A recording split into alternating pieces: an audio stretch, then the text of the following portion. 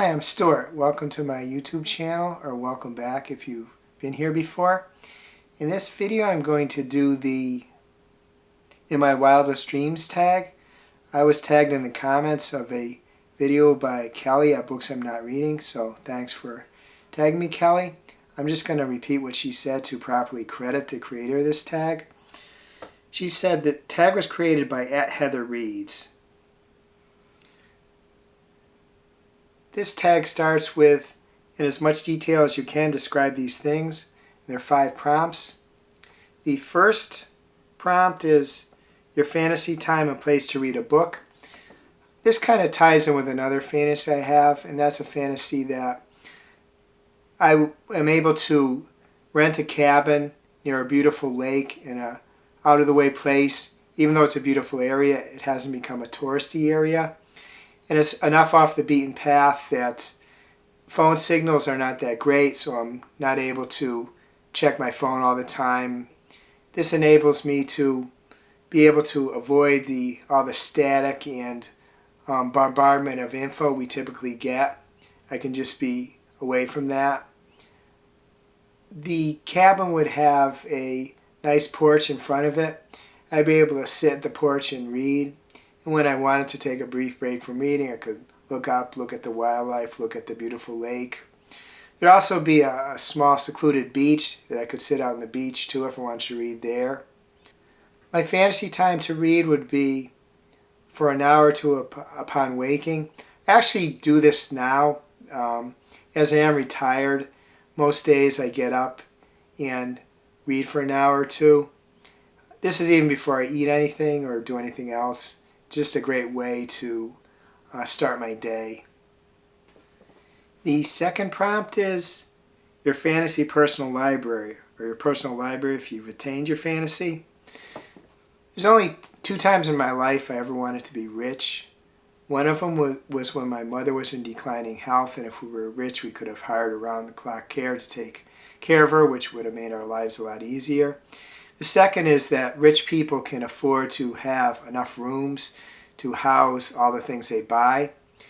And one of those things that I would want a room for is to house my books. So that's where the personal library comes in.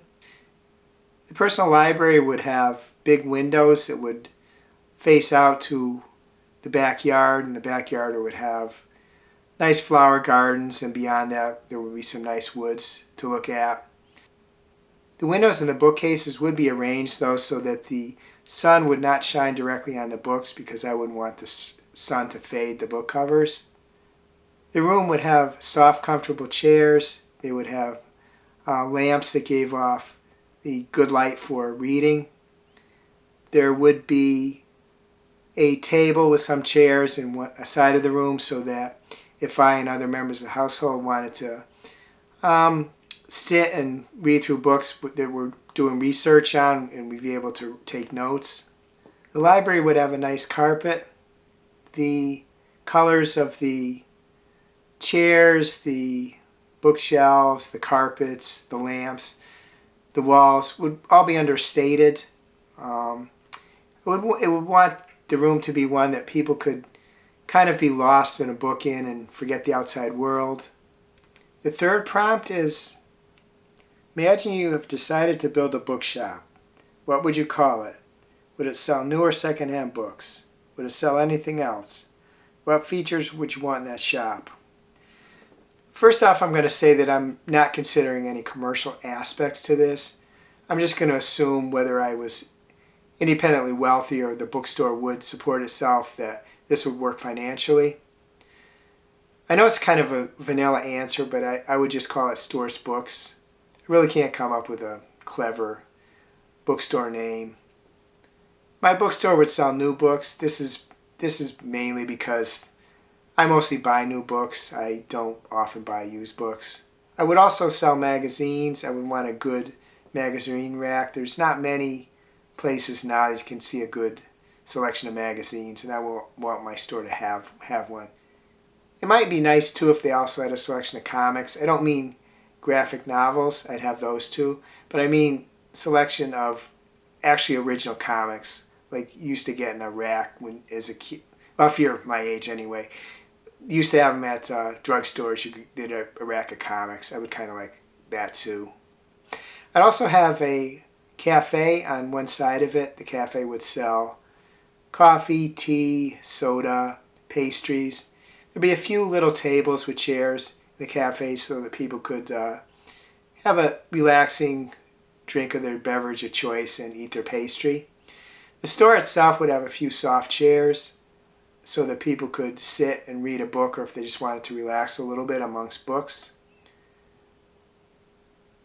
I wouldn't want my store to be like Barnes & Noble and have the wide variety of items they have. I mean, I do like it when I go to Barnes & Noble, but I wouldn't want my store to have that variety.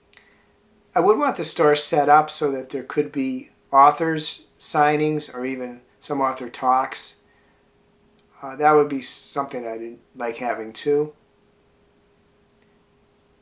The fourth prompt is one person, not a Booktube creator, with whom you can have a good conversation about books. And that's an easy one. That will be my friend Louise. We have very similar tastes in books. We have a lot of good conversations about books. I would say that I would like any of my friends to at least try reading if they haven't already done so. Certainly don't force it, but give it a chance. You might like it. The fifth prompt is, if you won $1 million, or pounds, or yen, or euros, etc., you could only spend it on books or book-related items, how would you spend it? I'm in a very fortunate position that I can afford the books that I want, and there's also a good library in town, and I can borrow books from there, or more often borrow them from Libby or Hoopla. So I don't really need the money to buy any books or book-related items. So what I would do is I would make 2 donations. I would divide it 50-50. $500,000 I would give to a literacy organization, and another $500,000 I would give to an organization fighting book banning. I think those would be 2 causes near and dear to my heart. And I'm not necessarily going to be claimed to be a great philanthropist. It's just that I don't need the money for books and book-related items. So it's a second choice. I think those would be 2 good organizations to donate to. I'm not going to specifically tag anyone. I'm going to say if you're watching this video, consider yourself tagged. If you'd like to do a video and answer these prompts, I would be very interested in seeing your answers. Or if you'd like to just answer one or more of them in my comments, please do so. I'd enjoy reading your answers. If you enjoy watching this video, please like, please subscribe. Please click the bell so you receive notifications when I upload future videos. I'm trying to upload 2 a week. Hope you have a wonderful day.